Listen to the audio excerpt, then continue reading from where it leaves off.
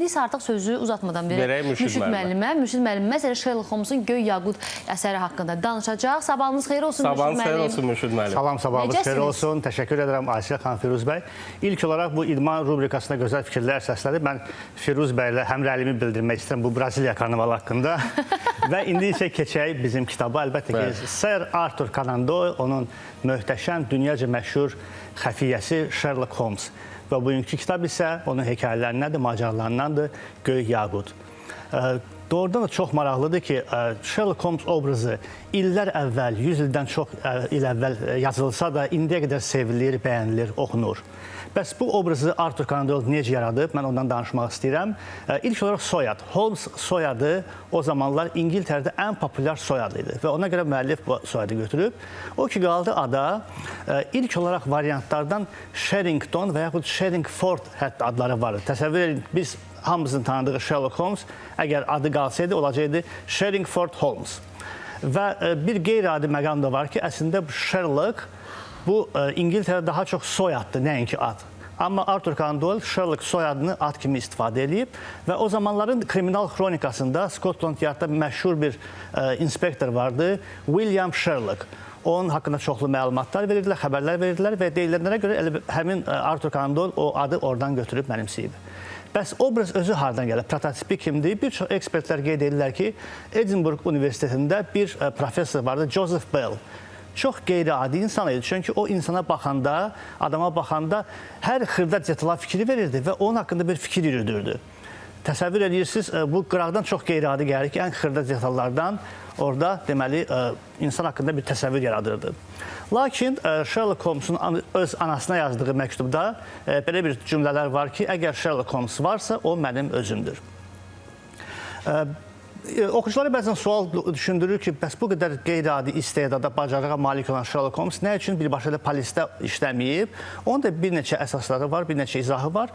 O sərbəst işləmək istəyirdi, maraqlı işləri seçirdi və bir əsas məsələ ondan ibarətdir ki, Sherlock Holmes nə qədər qanuna, qanunun aliyinə hörmətlə yanaşsa da, o ədaləti daha üstün tuturdu. Məhz Göy Yaqut əsərində də bu öz əksini tapıb. Çünki burada cinayətkar həmin o qiymətli daşı Göy Yaqut, ona bəzi mənbələrdən mavi karbunkul da deyirlər, onu oğurluyur və cinayəti elə qurur ki, tamam başqa bir şəxs, günahsız şəxsi cəzalandırırlar, həbs edirlər.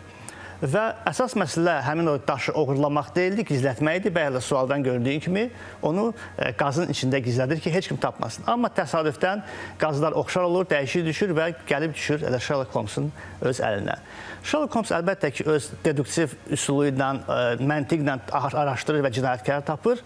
Və bu zaman onu cinayətkar xahiş edir ki, yalvarır ki, mənim bağışla, mənim xəstə anam var, mənim ilk cinayətim, mən and içirəm, bir daha mən cinayət yoluna üst tutmayacağam və Sherlock Holmes onu bağışlayır. Onu bağışlayır və deyir, ondan əlbəttə ki, izahat alır ki, o günahsız şəxsi buraxsın və onu buraxır ki, əgər bu doğrudan da cinayət yoluna davam eləsə, daha da qatı cinayətkara çevrilə bilər. Amma bu şəxs cavan oğlandır, gənc oğlandır, düz yola qayıtsın və burada hiss olunur ki, əlbəttə ki, qanun aliliyi bir tərəf, amma şəxsi ədalət də var. Arthur Conan Doyle, Sir Arthur Conan Doyle çox qeyri-adi, çox rəngbərəng bir insan olub. O, təsəvvür edirsiniz, Londonda spiritizm cəmiyyətinin sədri olub. Onun bir sıra əsərləri var, piratlar haqqında silsilə əsərlər, Professor Challenger, İtmiş Dünya və s. Amma Sherlock Holmesun populyarlığı o qədər əsəbləşdirir, o qədər bezdirir ki, o müraciət edir, hətta anasına məktubda da var ki, mən artıq bezmişəm və mən Sherlock Holmesu öldürmək qərarına gəlirəm və doğrudan növbəti hekayədə, Sherlock Holmesun sonuncu iş əsərində Sherlock Holmes öz əzəli rəqibi, əzəli düşməni Professor Moriarty ilə Reichenbach şəlaləsində düşürlər, həlak olurlar. Bu hadisə bütün cəmiyyəti, ictimaiyyəti, oxucuları hiddətləndirir. Onu bir növ məktub atəşinə tuturlar və hətta deyilənlərə görə kral ailəsi, hətta kraliçə Victoria özü də müraciət edir ki, belə bir şey ola bilməz, biz Sherlock Holmesu çox sevirik, o qayıtmalıdır. Və məcbur olur, bütün bu təzyiqlərə baxanda, məcbur olur Arthur Conan Doyle və növbəti əsərdə, növbəti hekayədə Sherlock Holmesu belə deyə dirildir və onun macəraları davam edir. Sherlock Holmes haqqında çoxlu filmlər, çoxlu seriallar çəkilir. Hətta Guinness-in bir rekordlar kitabında da var ki, ən çox kinosu, filmi çəkilən personajdır, obrazdır. ən məşhur aktyorlar hansı ki onu info eləyiblər, yəqin ki, köhnə nəslin nümayəndələri, daha yaşlı nəslin nümayəndələri Vasili Livanovu misal göstərə bilərlər. Müasirlərdən isə biz deyə bilərik, məsəl üçün, Robert Downey Jr. Amma düşünürəm ki, xüsusilə xanımların, elə bizim dəyərli efir redaktoru da Benedict Cumberbatchin ifasında Sherlock serialında o personajı çox sevirlər, bəyənirlər. Sherlock Holmes haqqında çox danışmaq olar, saatlarla danışmaq olar. Onun ən sevimli musiqi həyatı skripka idi, xoşladığı idman boks idi və mən düşünürəm ki, doğrudan da Sherlock Holmes hələ illər sonra da bu personaj sevilici tanınacaq. Və Azərbaycan kinematografına qayıtsaq, ictimai televiziya efirində gedən Mən, Lalə və Sherlock Holmes filmində də, serialında da Rasim Cəfər bizim istedadlı aktyorumuz Sherlock obrazını çox gözəl təsvir edir.